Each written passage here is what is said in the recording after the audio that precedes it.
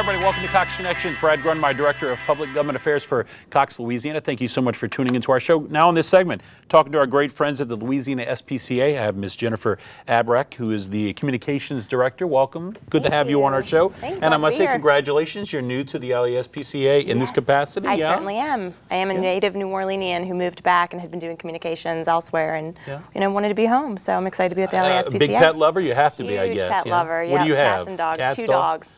Oh, okay. What kind of dogs are they? They're golden retrievers. They're very sweet.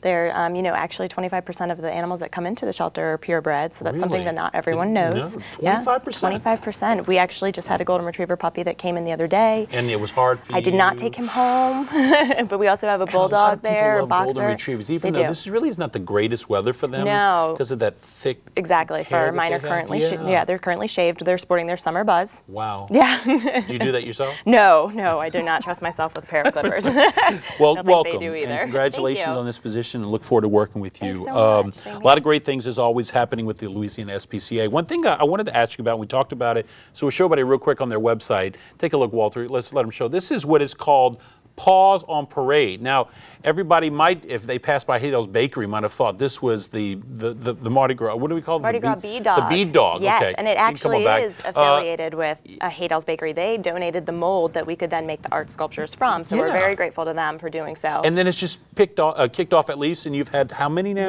Yeah, we currently have about 59 on the street. So it's a public art project. The whole point of the project is to raise awareness for animals in our region. We thought it would be a fun play off of the Mardi Gras bead dog. It's close to everyone's heart here in New Orleans. They're really cool sculptures, and it's displaying local art from artists who live in the city, who've designed it themselves. We have a sponsorship level, so a number of different organizations have sponsored the bead dogs. You can see them, there are 4 currently at Lee Circle. There's one outside of the Hotel Pontchartrain. That's a tie-dye dog. I do like that one a lot. Yeah, it's a very cool one. Voodoo dog over on Napoleon. So they're all over the city, and it's really just trying to bring people back to the mission of the LASPCA and make them aware. And they're everywhere. But as I said, I appreciate you telling. I'm sure our viewers do as well. That this ties back to the LASPCA and the great work that you're doing. So when you see those dogs out there, thank LASPCA. As well as thank a lot of sponsors and artists. And Hadel's Bakery, you had a great list of artists that were involved in this. A lot of people. Alex Beard. There's been Tracy Plaisance. There's been a lot of different people from different backgrounds, and all the dogs have been fabulous. So fantastic. Yeah, it's very exciting, and they'll be on display through September, and we're adding a few more in the next 2 weeks. So people have to keep an eye out, and we're going to make a driving tour available. Real quick before we get into the actual pause. These guys think of everything. Pause for dinner. I want to remind everybody, this is the summer months, so make sure you're keeping your dog well hydrated, shaded. Just don't leave them out there, or more so, least chained up, I should say, in an area where they can't get any shade. Totally. So, summer months are upon us. It's obviously very hot in New Orleans. We were talking earlier about my dog's haircut, the summer buzz. If you have an animal that has, a long coat, think about possibly doing a grooming option like that. Always make sure they have plenty of water. Try not to over-exercise your dogs. If you're out and about, think about the activity that they're engaging in. Make sure that there's water, make sure that there's shade. Keeping them indoors if it's really hot. If you have an older dog or cat and it's, someone who has some health issues, make sure that they stay inside as well. Right. So we have a Ridgeback, and when we bought the Ridgeback, I remember the lady telling us, what you need to do is basically, would you want to be out there at at 30-degree temperatures? Right. What do you need to do? And more so in the summer. Exactly. What do you need to survive if you're left in that? So same thing. And never leave your dog in a parked car. Oh, yeah. No parked cars, not even cracked. That's ridiculous. Yeah, and if you're going to have your dog out and about at a barbecue and you have a pool, it's one of those things, just keep an eye on the dog. Not all dogs love water, so they need to be supervised. Yes, exactly. All right, pause, and it's P-A-W-S? It's P-A-U-S-E. But you really are trying to say pause. Yes. Pause for dinner. It's Thursday, June 14th, from 5 to 8 p.m. The nice thing about this, if you don't even know what we're talking about yet, go to a restaurant, and we have a list of them for Pause for Dinner. There's how many involved currently? Currently, we have over 40 involved. So over 40 restaurants. You go to that restaurant between 5 and 8 p.m. that day. Exactly.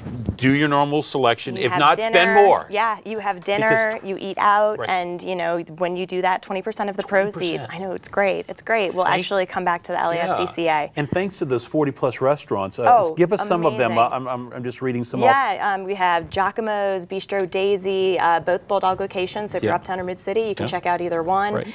Velvet Cactus, Nonomia. We have Ralph's on the Park, you know, all sorts of different types of restaurants. And we again, have fine dining establishments, we have casual eateries, you know, so kind of something for everyone. And, you know, if you want to go with your family, if you're looking to just go, you know, with a group of friends, yes, we're really looking for everybody to get out and dine out. And I mean, just because I'm reading a few of them, Cafe Degas, Chad's Bistro, Galvez Restaurant, Gasto's, Honeydew, Irish House, Le Petit Grocery Restaurant and Bar, Mark Twain's Pizza Landing, that's great. Mona Lisa Restaurant, that's there in the quarter. Nacho Mama's in Elmwood. Ralph, Ralph's on the Park, and list goes on and on.